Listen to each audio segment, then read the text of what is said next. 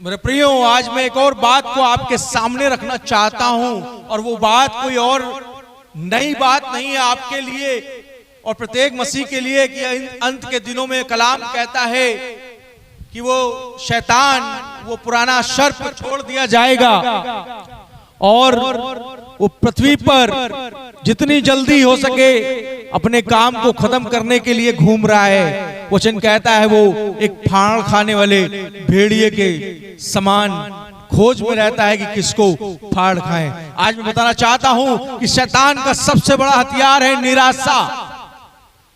इंसान को, चाहे वो मसीह हो, चाहे वो नॉन मसीह हो, नॉन क्रिश्चियन हो, चाहे वो क्रिश्चियन हो, उसका एक ही एजेंडा है कि नए युवकों को, जवान भाइयों बहनों को निराशा में डालकर सुसाइड की ओर प्रेरित करे, सुसाइड की ओर ले जाए। आज बहुत सारी खबरें जब आप सुबह टीवी खोलते हैं, जब आप अखबार को पढ़ते हैं, तो आप पाते हैं कि एक घर में 6 लोगों ने सुसाइड कर लिया, एक घर में उन्होंने अपने बच्चों को मार दिया, उन्होंने नदी में कूद गए, ट्रेन के आगे कट गए। ऐसे बहुत सारे कांड मनुष्य आज निराशा के कारण, होपलेस होने के कारण, एलोननेस होने के कारण, सही काउंसलिंग ना होने के कारण, सही मोटिवेशन ना होने के कारण मनुष्य अकेला शैतान की बात को सुन रहा है। जिस तरह अदन की बारी में जब हव्वा अकेले थी, शैतान उसके पास आया। आज शैतान को पता है इंसान की कमजोरी,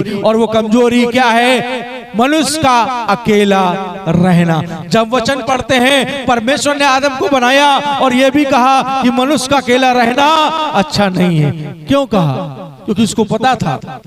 आदम ने जब हव्वा को थोड़ी समय के लिए दूरी बनाई तो हव्वा अकेली हो गई। जब आपका परिवार अकेला होता है, शैतान बहुत सारी बातें आपके परिवार में, आपके पति के मन में, आपकी पत्नी के मन में इन बातों को इंजेक्ट करता है और कहता है कि तेरी पत्नी का संबंध किसी और के साथ है, तेरे पति का संबंध किसी और के साथ है। और बिना कारण जाने पति क्या करता है? अपनी पत्नी को मार देता है। आज इस तरह की घटनाएं बहुत हो रही है अवैध संबंधों के कारण, और इसके पीछे सिर्फ श्राप है। शैतान ऐसे हमारे जीवन में काम नहीं कर सकता जब तक वचन कहता है, इफिसियुस 4 अध्याय 27 पद में लिखा हुआ है, शैतान को अवसर मत दो। जब तक हम अवसर नहीं देंगे, जब तक हम पाप नहीं करेंगे, शैतान हमारे जीवन में नहीं आ सकता।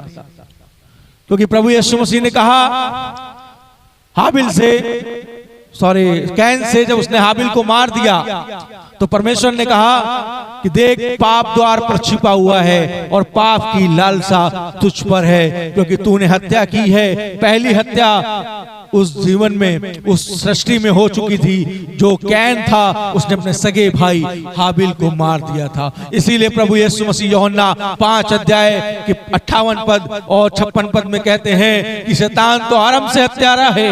हत्यारा कौन है? वो आरंभ से झूठा है। प्रभु यीशु मसीह ने कहा, झूठ कहां बोला शैतान ने? अदन की बारी में उसने झूठ बोलकर हव्वा को बहका दिया। एक प्रचलित कथा और कहानी है, एक काल्पनिक नहीं, वरन जीवित और सच्ची है, क्योंकि बाइबल में दर्ज है। और बाइबल में कोई भी ऐसी कहानी, स्टोरी नहीं है जो काल्पनिक हो। सभी सत्य हैं, सत्य बातों पर आधारित हैं, और आज भी लोगों के जीवनों में देखने को मिल रही है। साथियों, 90% लोग आज सुसाइड की स्पिरिट से ग्रसित हो रहे हैं, निराशा के कारण, फ्यूचर के कारण। कल की खबर में पढ़ रहा था, 4 दोस्तों ने आपस में बात करी कि फ्यूचर को लेके क्या होगा, और वो ड्रिंक कर रहे थे। नशे में एक दोस्त ने उसके अपने आप को खत्म करने के लिए ट्रेन के आगे कूद गया और वो मर गया। फिर वहीं दूसरे ने भी ऐसा ही किया, और जो बचे थे वो भाग गए।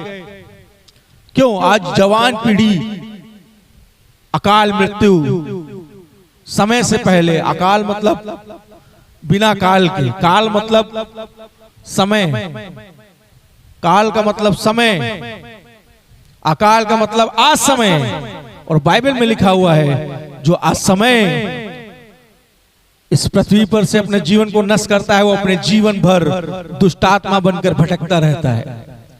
भटकता रहता है, उसको मोक्ष नहीं मिल सकता, उसको उद्धार नहीं मिल सकता जब तक उसका सामना प्रभु यीशु मसीह से नहीं होता। क्योंकि बाइबल में लिखा है न्याय करने वाला एक ही है, परमेश्वर। उसने न्याय करने का सारा काम, वचन कहता है, यीशु मसीह को सौंप दिया, जो परमेश्वर का इकलौता बेटा है।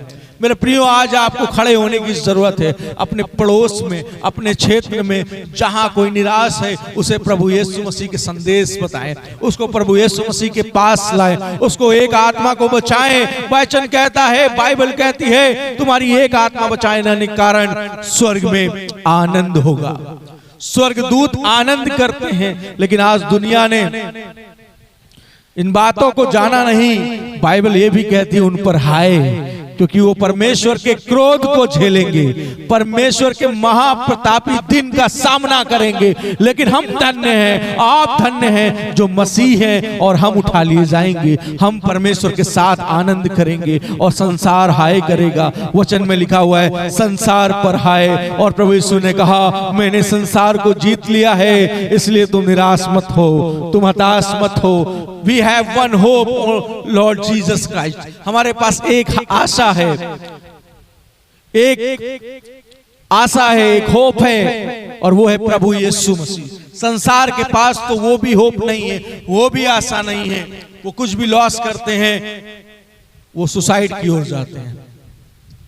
लेकिन हमारा परमेश्वर हमें एक नया जीवन, नया कल देने के लिए सदैव तत्पर रहता है, एक नई ब्लेसिंग से हमें भरने के लिए।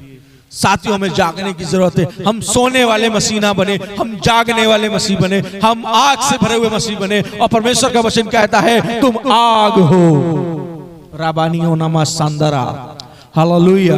परमेश्वर आपको आग बनाना चाहता है, क्योंकि परमेश्वर आग है। जय मसीह की, प्रेज़ द लॉर्ड।